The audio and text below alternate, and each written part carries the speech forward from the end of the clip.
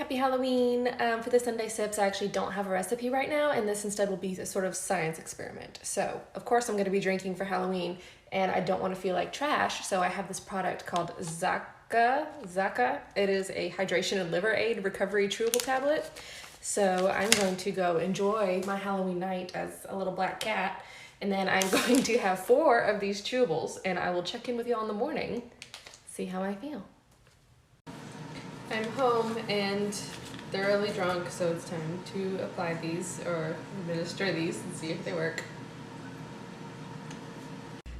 Good morning. I took 4 of those chewables as directed, and I also had a glass of water, and let me tell you, I don't feel like I drank at all last night. I feel refreshed. I'm not dehydrated or groggy or queasy. I absolutely will continue to purchase these and use these because this is fantastic. I am normally incredibly sensitive to feeling like queasy and just like gross after drinking, even if I didn't drink a lot.